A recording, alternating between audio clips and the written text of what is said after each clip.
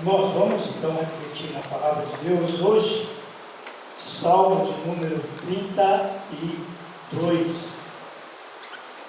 Esse salmo ele tem algumas curiosidades, apenas duas delas para a gente pensarmos antes de entrarmos na leitura dele. Esse salmo ele era considerado um salmo que era cantado anualmente pelos judeus. Os judeus tinham, não sei se ainda tem nos dias de hoje, o ano de confissão. Então tinham um dia anual no ano, um dia no ano de confissão, de se reúnem todos os judeus para estar ali tendo aquele momento de confissão de pecados. E esse salmo então ele é lido nesse momento de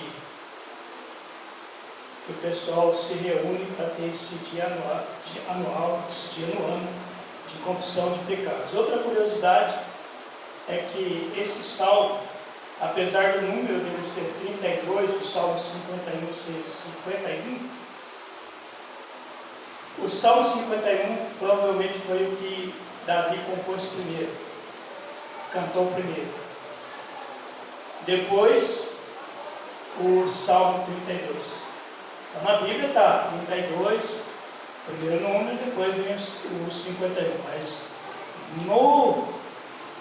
na realidade do acontecimento dele, o salmo de número 51, ele vem antes, foi composto antes do salmo 32. Então, apenas essas duas curiosidades. Entremos então nele, e esse salmo é um salmo que nos fala, nos ensina a respeito de bem-aventurança. Vivemos aí já algumas semanas atrás sobre as bem-aventuranças do Sermão do Monte. Agora vamos ver a bem-aventurança aqui nesse salmo. Salmo 32, bem-aventurado aquele cuja iniquidade é perdoada e cujo pecado é coberto.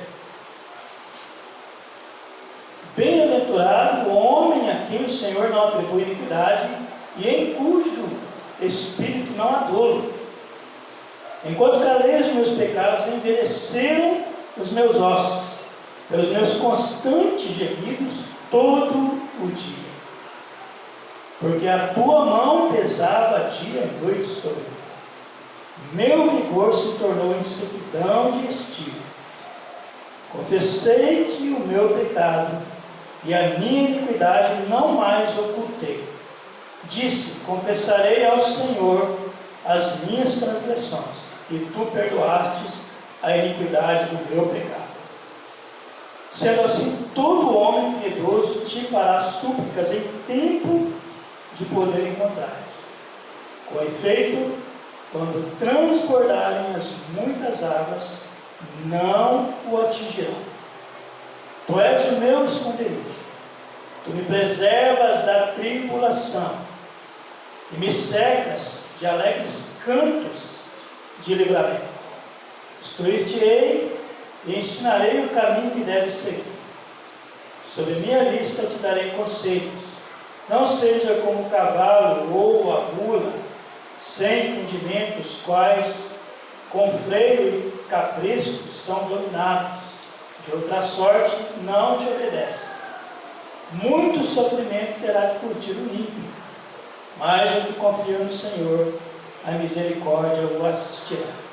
Alegrai-vos no Senhor, regozijai-vos, ó justo, exultai, vós todos que sois retos de coração.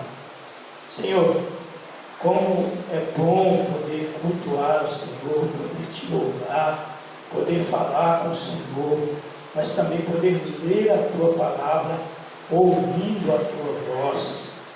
Deus amado, que o nosso coração, a nossa mente possa absorver, ó Pai, aquilo que o Senhor nos transmite por meio da tua palavra, de tal maneira, Pai amado, que possamos cada um ter a nossa experiência pessoal com o Senhor, mesmo já tendo nascido de novo, mas ter aquela experiência de cada dia vivermos uma vida mais íntima com o Senhor. E ainda que as coisas, ó Deus, que acontecem nesse mundo, muitas vezes vem para nós atrapalhados e pedir a nossa própria natureza carnal, ela pode nos levar a isso, ainda que essas coisas aconteçam, Pai, que elas não impeçam de termos cada vez experiências mais fortes no Senhor, Pai, que possamos ser, Pai, instrumento de bênção usado pelo Senhor, Deus, que não venhamos ficar paralisados, ó Deus, que não venhamos ficar, ó Deus, bloqueando o Teu mover, a Tua ação, através de cada um de nós. É a oração que eu te faço nessa noite, em nome de Jesus. Amém. Amém? Então temos aqui uma bem-aventurança, eu pensei nesse tema, nesse texto, uma bem-aventurança necessária, ou muito necessária. E aí eu pensei em algumas perguntas, como introdução dessa reflexão. O que será que as pessoas mais necessitam para ser felizes? Será que é ter muitos bens? Será que é ter riqueza, ser rico financeiramente? Será que é isso que as pessoas necessitam para ser feliz ou mais feliz? Será que é ter uma saúde muito forte? Ter uma saúde de tal maneira que tenha tanta força que não venha ter nenhuma enfermidade, não venha pegar nenhuma doença. Isso é até difícil, né? Falando aqui, mas a gente fica pensando, sempre alguém, algum probleminha tem, né? Mas será que para ser mais feliz é ser assim, ter uma saúde, não ter doença, não ter enfermidade? Será que é isso? Será que é ter, mas eu lembrei disso agora, mas será que é ter 1 milhão de amigos? Que é o que torna a pessoa feliz? Mas para pensar um pouco, quem é que de fato tem 1 milhão de amigos, ou consegue ter 1 milhão de amigos? Que é amigo mesmo. Às vezes para ter um amigo, sabe o que é amigo? Aquela pessoa que você pode contar para tudo. Será que as pessoas realmente têm amigos? Eu acho que até são poucos que têm amigos, né?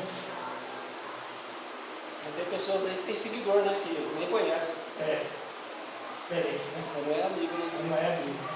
Eles estão um monte de gente em volta, mas nenhum é amigo. Mais de milhões aí de seguidores. Então eu acredito que a felicidade não é pelo fato de ter 1 milhão de amigos. Mas esse salmo fala do que as pessoas mais necessitam para ser feliz, porque ser bem-aventurado é ser feliz. O que ele fala aqui? Perdão dos pecados. Perdão dos pecados. 2 versículos que a gente começou lendo, ele está falando isso. Diria que seria até um resumo de todo o salmo. Depois ele vai explicar por que ele precisou desse perdão de pecados. Então é interessante a gente olhar para esse salmo, pensando nessa questão, né, de isso ser de fato algo que nos faz ser felizes, nos faz ser pessoas mais felizes, nos faz de fato sermos bem-aventurados. Então, em primeiro lugar, ser bem-aventurado é algo que acontece a partir da confissão e do perdão de pecados, versículos de número 1 e 2, que nós acabamos de ler, e dependendo da Bíblia que você está usando, ela vai trazer a palavra transgressão. A Bíblia NVI, ela fala sobre ser perdoadas as transgressões e os seus pecados serem apagados. Ela traz essa expressão. E é uma expressão até forte, porque a palavra transgressão, ela significa você estar em ofensa à própria santidade de Deus, ou estar vivendo uma vida injusta, uma vida ilegal diante de Deus. Então se torna forte, porque quando a pessoa ela é livre então da transgressão, ela está sendo livre dessa situação de ofensa à santidade de Deus, ela está sendo livre de viver uma vida injusta, uma vida ilegal diante de Deus. Mas a Bíblia que eu estou usando, que é a Almeida, revista atualizada, ela traz a palavra iniquidade. Iniquidade perdoada e pecados cobertos. Iniquidade, ela tem uma expressão forte também, porque aponta para injustiça diante de Deus. Viver de uma maneira injusta diante de Deus. Uma outra expressão, acho que essa que eu tenho repetido muito aqui, outras vezes citei a palavra iniquidade, que é maldade. Também traz o significado da maldade. Então a iniquidade perdoada é você sair daquela condição de injustiça diante de Deus, sair daquela condição de culpa, sair daquela condição de estar em rebelião contra Deus. Então eu imagino que esse salmo, de acordo com a maioria dos comentaristas, nenhum discorda em relação a isso, é um salmo de Davi. Quando Davi o compôs ou o entoou, ele fez isso com muita alegria no coração. Ele estava muito feliz, porque ele sabia de onde Deus estava tirando ele, da condição que Deus o havia tirado. Então eu até usei uma expressão quando estava refletindo sobre o texto, ele se sentiu numa explosão de felicidade, uma explosão de alegria. Eu uso essa frase para dizer que era uma alegria muito grande, ele estava se contendo de tanta alegria que ele estava tendo. E quando ele cita ali que os seus pecados foram cobertos, é interessante que tem uma ilustração e diz que você pode comparar isso como o Noé sendo ali coberto da inundação, ele sendo ali abrigado diante daquela forte inundação que veio sobre o mundo, né? Então, essa expressão de estar coberto, ou seja, de estar protegido de um mal que veio sobre toda a humanidade. A gente lembra a respeito da história de Noé, porque que o mundo acabou daquela maneira. A palavra fala porque havia muita maldade. Aumentou tanto, né, essa questão da maldade, da malícia, do ódio, que Deus ele ficou muito descontente quando ele viu a humanidade, e graças a Deus que tinha um Noé, e Deus a partir dele resolveu então preservar a humanidade. E aí quando ele entra naquela arca, fecha a arca, ele foi coberto de toda aquela ira de Deus que caiu sobre o mundo para inundar o mundo. Então existe essa expressão de ser coberto, ser protegido pelo próprio Deus de algo pior ainda que poderia acontecer pelo estado de tanto pecado que estava acontecendo. Então realmente é uma explosão de felicidade.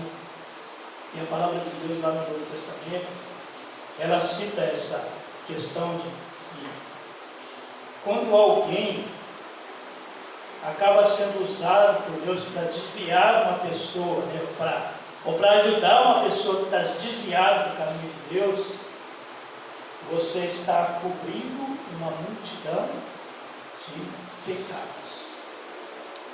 Era muito pecado que estava sobre a vida daquela pessoa, que realmente ela precisava, ela necessitava de que alguém a ajudasse a sair daquela condição de pecado. E lá em Tiago 5, versículo 19 e 20, a palavra de Deus diz: meus irmãos, se algum entre vós se desviar da verdade, e alguém o converter, sabei que aquele que converter o pecador do seu caminho errado, salvará da morte a alma dele e cobrirá a multidão de pecados.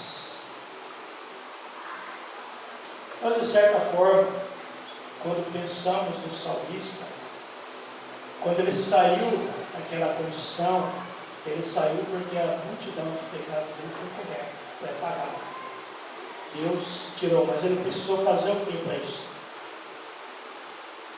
Precisou confessar o pecado. Precisou confessar, precisou pedir perdão a Deus, e é lógico que precisou que Deus o perdoasse. Mas se esse salmo ele fala da bem-aventurança que acontece a partir da confissão de pecado, ele também nos mostra o fato de o ser humano não ser bem-aventurado. E não é bem-aventurado por não estar em comunhão com Deus. Não tem como eu, como você, como quem quer que seja, por mais que a pessoa entenda, que conhece a palavra, que tem experiência de andar com Deus, de tudo mais, não tem como essa pessoa, uma pessoa assim, continuar vivendo uma vida de comunhão com Deus, se estiver vivendo uma vida de pecados. Davi era conhecido como o quê? Um homem segundo o coração de Deus. Mas ele estava em comunhão com Deus quando cometeu aquele grande erro diante de Deus? Não estava. Então era o momento em que nós estávamos vivendo essa bem-aventurança citada.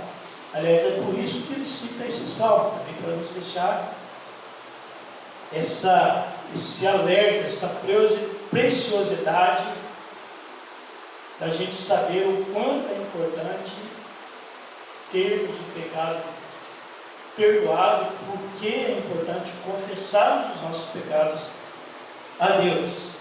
Então esse salmo, ele não é apenas um cântico de confissão de pecados e perdão recebido. É isso sim, não tem dúvida. A essência de tudo que ele fala é sobre essa confissão, esse perdão é recebido. Mas esse salmo, ele é principalmente um testemunho de alguém que viveu e experimentou isso na sua própria vida. Ele estava testemunhando o que aconteceu. Muitas coisas que eu vou falar nesse salmo, ele se aplica a ele. E até quando ele vai ser boca de Deus para falar para os outros, é como se ele estivesse dizendo: olha, façam isso porque eu sei que se continuar na condição de pecado é muito complicado, é muito difícil, e isso traz muitas dores à sua vida, traz muita infelicidade, traz muita tristeza. E ele viveu sendo culpado, sendo injusto diante de Deus. O texto cita que ele viveu noites e dias de dores, de esgotamento, de fraqueza, e certamente dias e noites de agonias e de tristeza. Olha o versículo 3, as expressões que vai usando aí do versículo 3 em diante. Enquanto calei os meus pecados, envelheceram os meus ossos, pelos meus constantes gemidos, todo dia, porque a tua mão pesava dia e noite sobre mim. Olha para pensar nessa expressão. Primeiro ele usa a expressão de constante gemido todo dia. Você consegue pensar, consegue imaginar? Você já viu alguma pessoa gemendo perto de você, algum problema que leva a pessoa a gemer? Agora você já pensou todo dia, gemido constante, até aquele que não está com dor se incomoda, né? O outro constantemente vivendo essa questão de gemido. E aí ele fala: porque a tua mão pesava sobre mim dia e noite. Não era só de dia, era de noite também. E a expressão que ele usa, versículo 3, é forte, né? Os ossos envelheceram, depois ele fala no versículo 4, o meu vigor se tornou sequidão de estilo. Ele dá a ideia de que ele realmente chegou num ponto que era dor e fraqueza, dor, gemido e fraqueza, agonia, tristeza. Mas o mais interessante, né, é que ele é humilde e corajoso, né, para dizer isso. Que isso daí estava acontecendo porque ele estava o quê? Porque ele não fez o quê? Não confessou. Ele sabia que ele estava errado, mas ele se calou diante de Deus. Não confessou para Deus os pecados. E ficou gemendo, ficou sofrendo, ficou padecendo, ficou sentindo toda essa agonia, toda essa tristeza, todo esse cansaço, esse esgotamento, essas dores, mas não confessou, ocultou isso. Eu acho que chegou até uma hora que ele falou, não tem jeito, esse negócio, se eu não fizer isso, não vai passar. Ele chega a essa conclusão, e aí ele confessa, versículo de número 5, confessei-te o meu pecado e a minha iniquidade, as minhas culpas, as minhas injustiças, as minhas ofensas, as minhas transgressões, as maldades que eu cometi, isso aí eu confessei, não fiquei guardando mais o coração, não deixei mais oculto.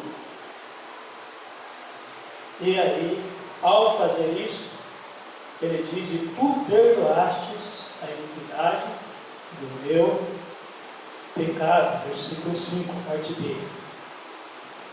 E daí, verso de número 6, ele aponta, transmite essa verdade para o outro. Sendo assim, todo homem piedoso te fará súplicas, em tempo de poder te encontrar. Com efeito, quando transbordarem as muitas águas, não o atingirão. Olha que interessante, ele usa a expressão, todo homem piedoso. Você tem piedade de pessoas que estão sofrendo? Gostaria de falar, nossa, que situação, né? É uma forma de ter piedade, de sentir piedade, quando você ora, pense, quando você faz alguma coisa, é uma forma de praticar piedade. Aquela pessoa, mas uma pergunta interessante, pensando no que salmista está expressando aqui. Você tem piedade de você mesmo? Às vezes a gente tem piedade do outro, que está sofrendo, mas muitas vezes a gente esquece de olhar para dentro de nós e ver o quanto nós estamos sofrendo também. Pode olhar para a minha situação e falar, poxa vida, Deus, acho que eu estou precisando também que o Senhor tenha piedade de mim. Mas que situação que eu entrei, que eu fiquei enroscado aí. Parece que aquela coisa ruim continua aqui dentro, e continua remorrendo, continua voltando, continua. E é aquela maneira de você olhar para dentro de si, sentir piedade, de si mesmo, e conversar com Deus, e olhar com sinceridade para dentro de si, ver se realmente fez uma coisa que errou, que desagradou a Deus, e confessar isso para Deus. Tendo piedade de si mesmo, você está se ajudando, se consertando diante de Deus, através da confissão do pecado, entendendo que você precisa ser perdoado por Deus, por causa de alguma coisa que aconteceu. Então nós vemos nesse salmo que esse salmista é alguém que está se humilhando na presença de Deus. E ele está tendo a coragem, né, de dizer para Deus que a razão de todo aquele sofrimento que está acontecendo com ele é o inimigo, é o diabo? Não, é quem? Ele mesmo. Porque era só ele acertar com Deus. confessando o pecado para Deus, pedindo perdão e começando a andar então de uma maneira justa, direta e reta diante de Deus. E aí aquela situação desagradável que ele está vivendo, sentindo, passaria. Olha que interessante, né? Ele entendeu isso, ele descobriu isso. Mas eu te pergunto, Davi fez isso sozinho ou Deus enviou alguém para ajudar ele? Você conhece a história de Davi? Quando ele encontrou esse conserto diante de Deus, ele fez isso sozinho? Não. Deus mandou uma pessoa lá, que teve a coragem, né? De contar para ele e falar: olha, é você. E ele que lá teve coragem, porque o rei podia mandar fazer o quê? De matar ele. Ele teve a coragem de falar. Ele contou uma historinha para Davi. Depois ele revelou: não, o cara dessa historinha é você. Lembra da historinha? O cara muito rico lá, né? Tinha onde ovelha, aí tinha um servo lá empregado, tinha uma ovelha só. Foi lá e tomou a ovelha do outro. E Davi ficou furioso. Tem que mandar matar esse cara. Aí, para a infelicidade dele, o profeta falou: é você. E isso fez com que ele quebratasse o seu coração diante de Deus, chegasse diante de Deus, confessasse os seus pecados e realmente entendesse que ele estava mal diante de Deus, entendesse que toda a agonia, todo o sofrimento que ele estava sentindo era porque ele precisava fazer aquele conserto diante de Deus. E ele fez isso. Alguém que realmente se humilhou na presença de Deus. E é alguém que fez aquilo que Pedro ensinou, lá em 1 Pedro 5, versículos 6 e 8, lá fala do diabo também. Lá em 1 Pedro 5, versículos 6 e 8 diz: humilhai-vos, pois, portanto, sob a poderosa mão de Deus, para que ele, em tempo oportuno, vos exalte, lançando sobre ele toda a vossa ansiedade, porque ele tem cuidado de vós. Sede sóbrios e vigilantes, o diabo, vosso adversário, anda em derredor, como um leão que ruge, procurando alguém para devorar. O que Davi fez?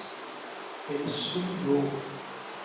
Ele confessou os seus pecados. Ele pediu socorro a Deus. Se refugiou em Deus, se abrigou em Deus. E Deus o livrou de ser devorado pelo leão que ronda querendo nos devorar. Que leão é esse? O diabo. Já que ele estava em pecado, o inimigo achou-se um direito de bagunçar a vida dele e causar muito sofrimento, muitas vezes muito tormento. Mas a hora que ele confessou, que ele se humilhou, ele fez isso que Pedro está falando na sua carta. Ele se humilhou e se aproximou de Deus. E aí Deus o tirou daquela condição terrível que ele estava. Uma das coisas que nós precisamos pensar, que às vezes a cura, né, ou a maior cura que todos precisam, a maior necessidade que todos precisam, é subir no Monte Sião ou fechar a porta do quarto e orar. Orar cada vez mais. Confessar o pecado, orar. Não é confessar o pecado a hora, é confessar o pecado a Deus. Orar. Pedir perdão, pedir socorro, como Davi fez. E aí ele ficou livre dos seus maiores problemas. Versículo 5, 7. Confessei os meus pecados, a minha iniquidade jamais ocultei. Disse: confessarei ao Senhor as minhas transgressões, e tu perdoaste a iniquidade do meu pecado. Sendo assim, todo homem piedoso te fará súplicas em tempo de poder te encontrar, e com efeito, quando transbordares muitas águas, não atingirá. Ou seja, os muitos problemas que trazem tanta agonia, tanta dor. E o versículo 7 ele vai dizer: tu és o meu esconderijo, tu me preservas da tribulação e me cercas de cantos alegres de livramento. Só que nós não podemos dizer isso enquanto ele estava na condição do versículo de número 3, com os pecados calados, sem ser confessado. Mas depois que ele fez a confissão, e sincero diante de Deus, Deus o perdoou, o socorreu, saiu daquela agonia, saiu do peso, saiu da aflição que estava dentro do coração e da mente.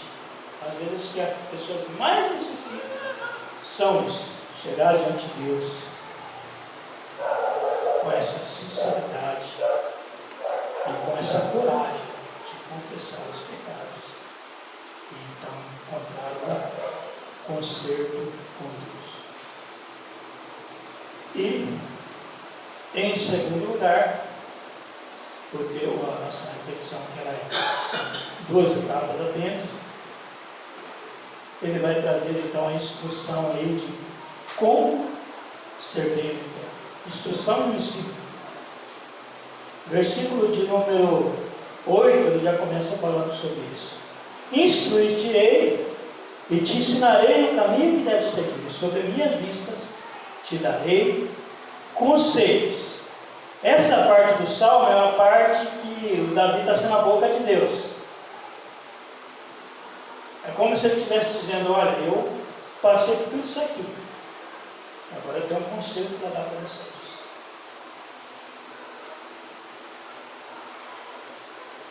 Deus tem instrução, tem ensino. E qual é essa instrução e esse ensino? Ou quais são? E no versículo de número 9, é interessante, porque ele fala que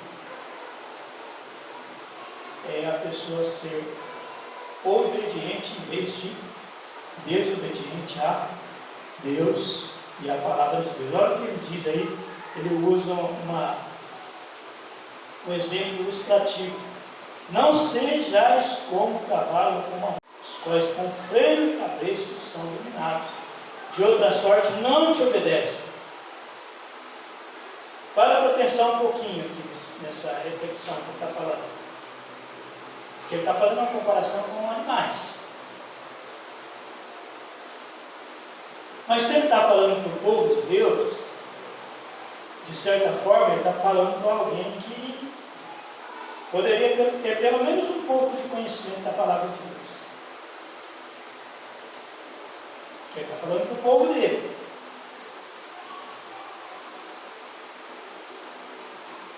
Se a gente for pensar de uma maneira assim, ilustrativa ou simbólica, o que seriam então aí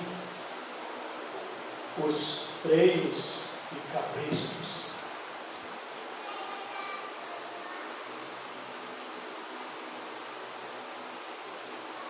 Aliás, o que o freio e cabresto faz para nós?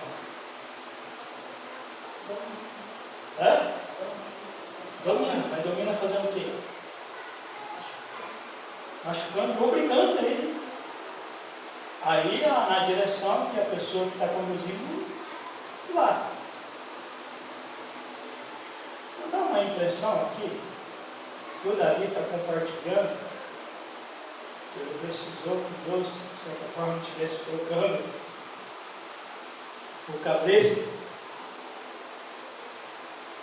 o freio,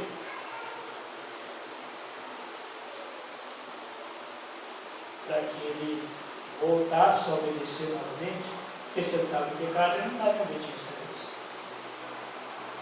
Então ele está compartilhando, ele está sendo boca de Deus. Lembra que eu falei no começo? Daqui não é só uma palavra de confissão de perdão de pecado, é um testemunho de alguém que viveu isso, né, por experiência própria. É como se ele estivesse dizendo: olha, não façam isso. Obedeçam a palavra de Deus, senão vai acontecer com vocês o que aconteceu comigo. Ou como algo que acontece com um animal, que não quer obedecer de jeito nenhum. Aí tem que fazer o quê? Tem que pôr o cabresto, o freio, para que eles então obedeçam.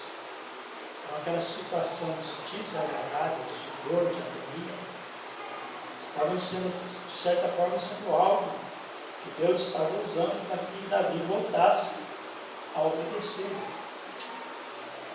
Aliás, se você é servo de Deus e servo de Deus, a palavra de Deus diz que ele faz o que lá em Hebreus 12? Aquele que ele chama de filho dele. Corrige, mas corrige fazendo o quê? Davi usa uma palavrinha forte, né? Que é aquele negócio de descer o açoite. O que é açoitar? É bater, chicote. Desceu o chicote. Aí Hebreus 12 fala isso, né? Ele nos trata como filho, como pai que açoita, né, o seu filho. Você já viu lá no texto, pode ver esse versículo. É interessante essa isso aqui. Hebreus 12, eu acho que é o versículo 4 ou 5, é isso? Na luta contra o pecado, vocês ainda não resistiram até o sangue, e vocês se esqueceram da exortação que lhes é dirigida como a filhos. Filho meu, não despreze a correção que vem do Senhor, nem desanime quando você é repreendido por ele, porque o Senhor corrige a quem ama e castiga todo filho a quem aceita. Olha só, corrige a quem ama e castiga a todo filho a quem aceita. Uma outra versão usa a palavra açoite. Acho que até a armadura aqui é aberta. Açoite. E açoite, né? Se é povo de Deus, está vivendo o contrário, se é principalmente um homem segundo o coração de Deus, é claro que Deus não fica contente de continuar vivendo uma vida em pecado. Então, ajudou ele a entrar em obediência novamente, e ele está sendo boca de Deus e falando, não seja como cavalo ou mula sem entendimento, os quais com freio e cabeça são dominados, outra sorte não te obedece. Mas depois tem uma outra instrução e um outro ensino.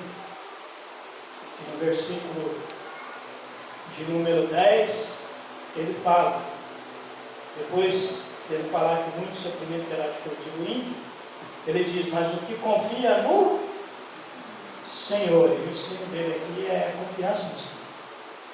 Ele confia no Senhor, ele fala que a misericórdia o assiste. Numa outra versão, vai falar lá na NVI que a bondade de Deus protege aquele que não confia. Usa essa expressão. A bondade de Deus protege aquele que ele confia. E a confiança vem, é lógico, pelo fato de você estar vivendo uma vida de obediência a Deus. Você está confiando em Deus, porque você está seguindo a Deus, mesmo que você esteja passando por uma situação difícil, por uma situação não muito agradável. Porque você é um servo, uma serva de Deus, um filho de Deus, você continua vivendo a vida de obediência e faz isso porque confia que em qualquer hora, em qualquer momento Deus vai agir e aquela situação vai passar, vai acabar. Então, confiança em Deus. E depois ele fala também da alegria. Ele fala para fazer o quê? Alegrai-vos no Senhor, regozijai-vos, mas quem que é para alegrar e regozijar? O justo, ó justo. E o justo é aquele que é reto de coração.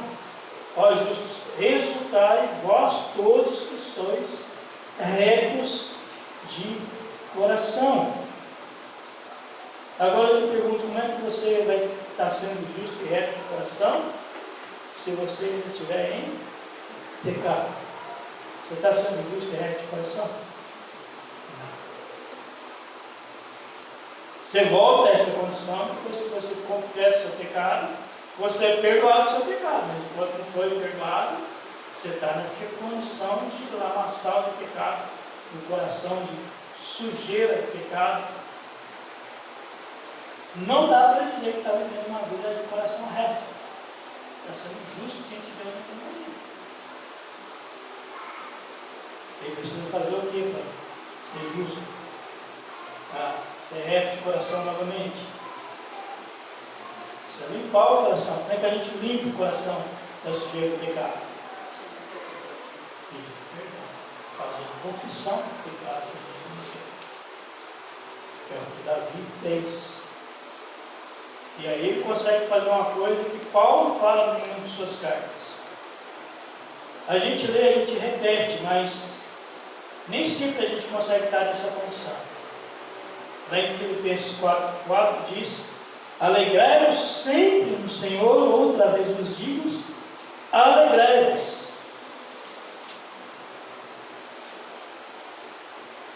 Será que a gente consegue alegrar sempre no Senhor? Aliás, você consegue estar sempre alegre no Senhor, principalmente se você estiver em pecado? Não. Ah, mas o ímpio lá faz de coisa torta, faz de coisa errada, está nem aí no caminho de Deus e está alegre. Se sente alegre, se sente na alegria. Às vezes até vai fazer aquela coisa desagradável, entendendo que vai fazer para ficar mais alegre. Isso é uma alegria verdadeira? É uma alegria que vai durar para sempre? Não. Versículo 10, ele usa uma palavra forte aqui na parte A. Muito sofrimento terá de curtir o ímpio. Aquela pessoa que não está nem aí com Deus. Muito sofrimento. E se a gente pensar nisso, partindo do juízo final, do julgamento final para frente, vai ser muito sofrimento mesmo. Porque aquele que não sair da vida limpa depois que Jesus voltar, o sofrimento vai ser o quê? Eterno. É muito sofrimento. Então é por isso que ele fala para nós, justos, alegrarmos no Senhor. Agora, é possível alegar sempre, se sempre a gente estiver se consertando diante de Deus? Sim, possível. Aliás, isso é uma coisa que a gente precisa fazer todo dia, é se consertar com Deus. Né? Não tem jeito. Eu vou para lá, volto para cá, eu sempre volto lá no 1 João, aquele versículo onde ele fala que aquele que diz que não tem pecado é mentiroso. Mas, se confessarmos os nossos pecados, Ele é fiel e justo para nos perdoar o pecado e nos purificar de toda injustiça. Então, todo dia, às vezes o nosso pecado não é, a gente pecou tanto quanto está ali. Se a gente pecou, a gente já não está bem com Deus. Então, precisa confessar o pecado, precisa pedir perdão para estar bem com Deus. De novo, para voltar a essa condição de felicidade bem-aventurada, de feliz. Então, isso é o que as pessoas mais necessitam, até que estão em Deus. Às vezes a pessoa está em pecado e acha que está bem com Deus, não está bem, pode confessar. O pecado não está bem com Deus. Então, é uma palavra nem sempre muito agradável de se ouvir, mas é uma verdade que precisamos praticar todo dia, que é a confissão de pecados, para sermos isso que Davi fala nos 2 primeiros versículos: bem-aventurados, feliz, porque o coração está diante de Deus, a culpa já foi perdoada, o pecado já foi perdoado, já foi apagado, foi coberto, e você não precisa ficar sofrendo, nem triste, nem agonia por conta disso. Amém? Feche os olhos, vamos falar com Deus mais uma vez. Deus que nos conhece, que sonda o nosso coração, mancia nos eleve em oração.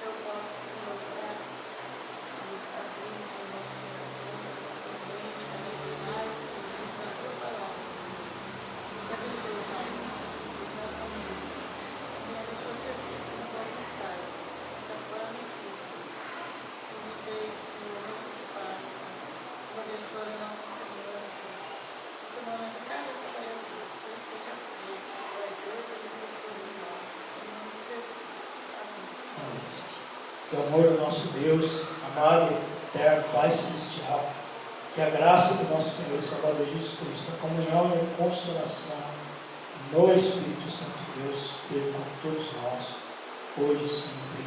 Amém e amém.